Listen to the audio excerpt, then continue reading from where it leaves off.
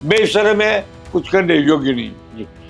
अशोक गहलोत जैसे फेलियर आदमी के नेतृत्व में आज भी कांग्रेस है।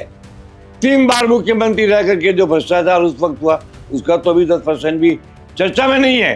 किरोड़ी भाजपा का सबसे बड़ा एक आयुध होगा, हथियार होगा। ये लोग जब विपक्ष में थे तब मुझ पर अंगुली उठाते थे और कहते थे कि हम कार्रवाई करेंगे, लेकिन अब तक मैं बाहर बैठा हूं, मुझ पर अब तक कोई कार्रवाई नहीं हुई। वो चैलेंज दे रहे हैं कि दयनीय लोगों पर कार्रवाई नहीं होती है। आज तो कुछ हो ही नहीं। तुमसे बड़ा जाट नेता तो विपक्ष में हनुमान बेनीवाल है। अब डोटासरा पर कमेंट करूं तो ये मेरा अपना खुद का अपमान होगा। कांग्रेस और हनुमान बेनीवाल जो ये कह रहे हैं कि मुसलमानों के साथ सरकार अत्याचार कर रही है। राहुल गांधी, प्रियंका गांधी, इंदिरा गांधी इसी के चक्कर में पड़े रहते हैं। इसलिए कांग्रेस अब कोमा की लास्ट स्टेज पर है। राजस्थान की राजनीति में फिलहाल कई प्रकार के मुद्दे प्रभावी हैं, जिसमें किरोड़ी लाल बनाम कांग्रेस और पचपदरा रिफाइनरी का उद्घाटन हुआ। उसके बाद से विपक्ष लगातार पीएम पर और बीजेपी पर हमलावर है। हालांकि सरकार फिलहाल खामोशी ओढ़ के रखी है। प्लांटेशन को लेकर के जो विवाद हुआ उस पर मैं बात कर रहा हूँ। तो इन सब तमाम मुद्दों पर बात करने के लिए प्रदेश के चाणक्य कहे जाने वाले, या यूं कहें कि बीजेपी के चाणक्य कहे जाने वाले पूर्व मंत्री चंद्रराज सिंघी हमारे साथ है। सर, आपका स्वागत है। धन्यवाद।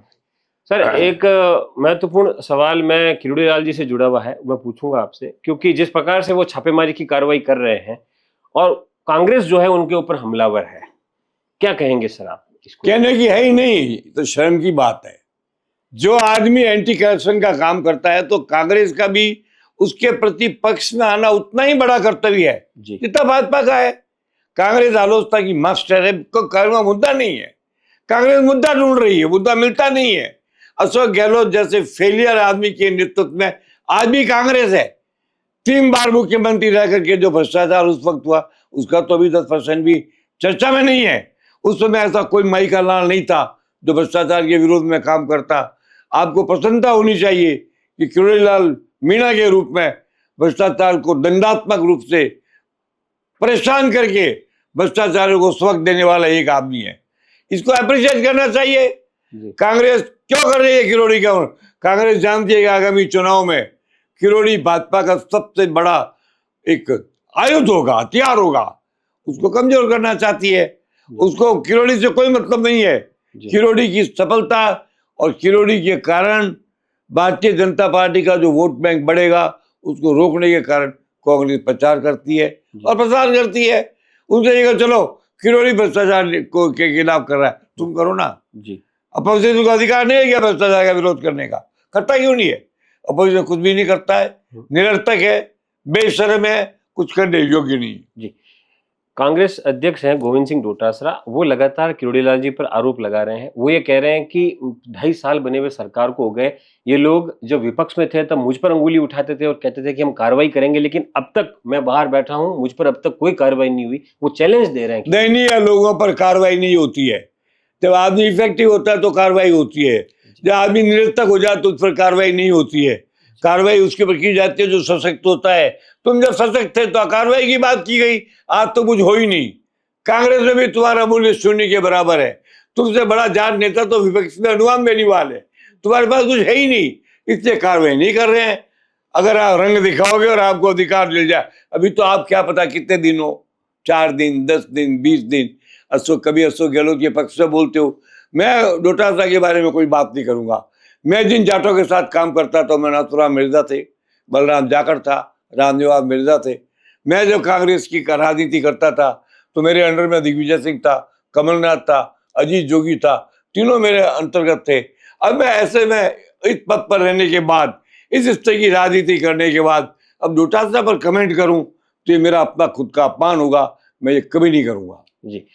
एक सरकार बॉर्डर के एरियाज में ऑपरेशन क्लीन चला रही है, जिसके तहत जो भी ऐसे मजार या ऐसी दरगाह जो अवैध है, जिसके कागज आज के समय में मौजूद नहीं है, उनको नोटिस देकर के गिराया जा रहा है। हर जगह गिराना चाहिए। वही बॉर्डर ओनली जी। इस ऑपरेशन को बॉर्डर से सीमित मत करिए। बॉर्डर पर तो रखना इसलिए जरूरत है, कई मस्जिदों में पहले हथियार मिले हैं। अच्छा। वहां के कई एमएलए भी बने हैं। इसलिए मैं इसको अप्रिशिएट ही करूंगा, कंडेम नहीं करूंगा। पर वही ओनली मजार, कोई मंदिर भी अगर है अनऑथराइज बना हुआ है उस पर भी कार्रवाई करिए आप। कोई हिंदुस्तान तो करिए, लेकिन बॉर्डर पर भारतीयता और राष्ट्रवाद को चुनौती देने वाली कोई शक्तियां ताकतवर होती है तो उन्हें कुचल देना चाहिए। ये सरकार का कर्तव्य है। मुझे बड़ी प्रसन्नता है कि इतने सैकड़ों वर्ष, 50 वर्ष बाद का आज इन पर कार्रवाई की बात आई। ये कार्रवाई कांग्रेस राज में क्यों नहीं हुई? पूछे गहलोत से जी। क्योंकि वो उनका जो नेता था वहां का वो अल्पसंख्यक था। मैं अल्पसंख्यकों के खिलाफ नहीं हूँ, मैं तो कहता हूँ वो भी बेचारे हमारी देश की नागरिक है।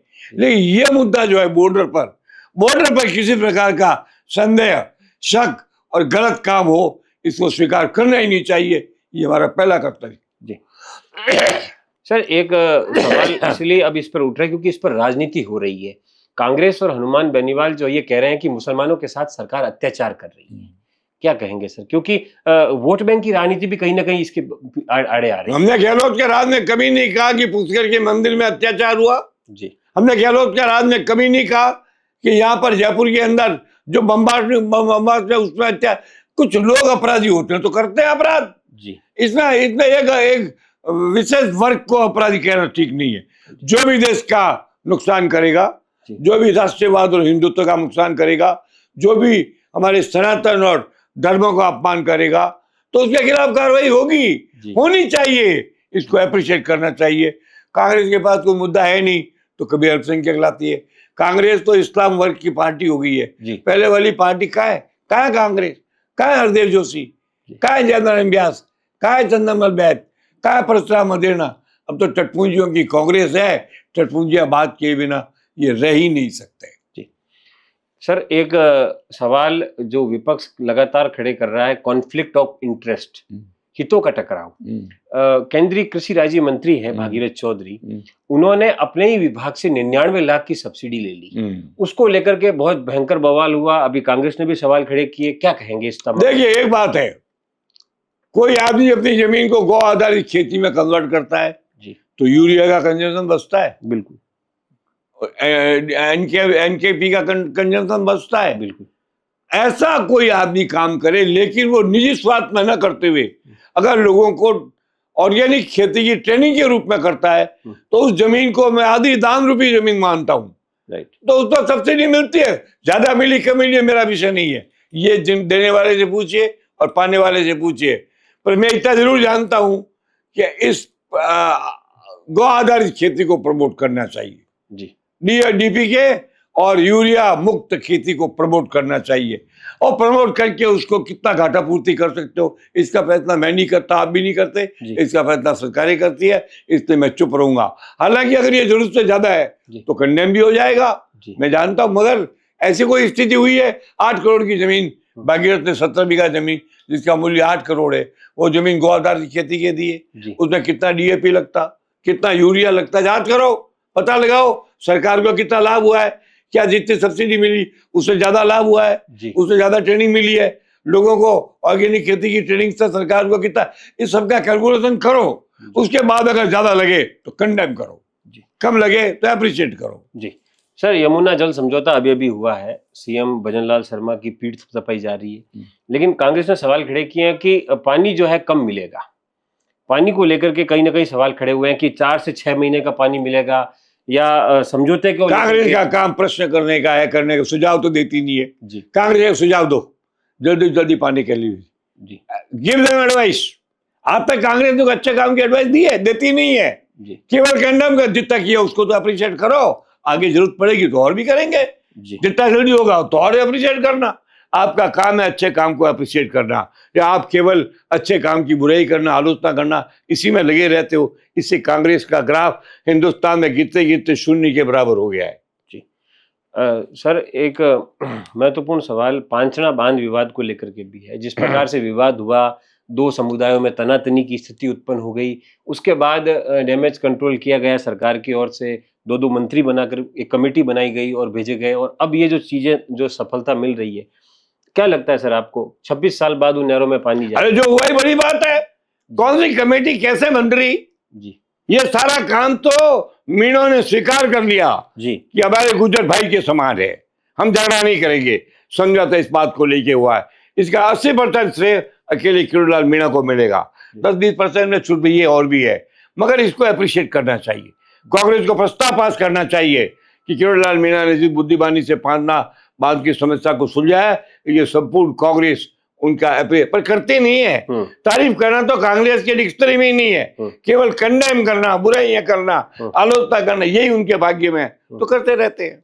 अच्छा सर, एक अटकलें और लग रही है सोशल मीडिया पर। सोशल मीडिया पर अटकलें ये है कि देश के जो आज गृह मंत्री हैं अमित शाह जी, वो अब उप प्रधानमंत्री बनने जा रहे हैं, कुछ ऐसे बदलाव। हमें ऐसी बातों से कोई फर्क नहीं पड़ता, बनेगा तो देख लेंगे जी। देश का गृह मंत्री है, पावरफुल आदमी है, फैसले करना जानता है, लेता है फैसले जी। आज भारतीय जनता पार्टी को तो इस बात पर गर्व होना चाहिए जी कि एक साधारण व्यक्ति को, नित्य नवीन को राष्ट्रीय अध्यक्ष बना दिया। कांग्रेस ऐसी कल्पना कर सकती है कि राहुल गांधी के अलावा किसी को बना सकती है? ये तो भारतीय जनता पार्टी, और मैं उनसे एक बार मिला हूं जी, मैं भी ऊपर के आदेश से मिला हूं। मैं कह सकता हूं कि शानदार व्यक्ति को उन्होंने राष्ट्रीय अध्यक्ष बनाया है, जिसमें कोई अहंकार नहीं है, सिंपल है, सरल है, अप्रोचेबल है जी, और विश्व सभा को समझता है, उसका तो अप्रिशिएट करते नहीं, और केवल राहुल गांधी, प्रियंका गांधी, इंदिरा गांधी इसी के चक्कर में पड़े रहते हैं। इसलिए कांग्रेस अब कोमा की लास्ट स्टेज पर है। अच्छा। कोमा की जब लास्ट स्टेज होती है, या तो माइंड खराब हो गया, आदमी पागल हो जाता है, या मृत हो जाता है। मैं खुद नहीं चाहता कि जवाहरलाल नेहरू, लाल बहादुर शास्त्री, इंदिरा गांधी की कांग्रेस की दुर्गति हो, पर मैं चूंकि भाजपा में हूं, सुझाव देने लायक होने पर भी मैं नहीं दूंगा सुझाव जी। सर, एक जो सवाल है कि जिस प्रकार से अभी 4 मंत्रियों को दिल्ली तलब किया गया, उसमें एक थे गजेंद्र सिंह खींवसर। उनके विभाग के अंदर जिस प्रकार से कोटा और बीकानेर में प्रसूताओं की मौत हुई उन दवाइयों के कारण, इंजेक्शंस के कारण, आला कमान की आंखें खुली रहती है जी, उन्हें आंखों में जो दिखता है जी, उसको परीक्षण के तौर पर वो इम्तिहान के रूप में लेते हैं। अच्छाई को अप्रिशिएट भी करते हैं, कमजोरी होती तो उसको अप्रिशिएट करने की बजाय उसको सुधारने का मौका देते हैं। 4 मंत्री, सब मंत्रियों को बुला लो, हर मंत्री का अपना अपना योग्यता है, अपनी अपनी बात है, हर आदमी अपनी बात कहने का भी हकदार है। बुलाएंगे तो इनको कहने का भी मौका मिलेगा, बुलाएंगे तो हाईकमान को सुनाने का भी मौका मिलेगा। ये आपसी समन्वय और समझौतेवादी और बातचीत का तरीका बना रहना चाहिए। यही हाईकमांड और स्टेट के लीडरों में रिश्ते का स्रोत है जी।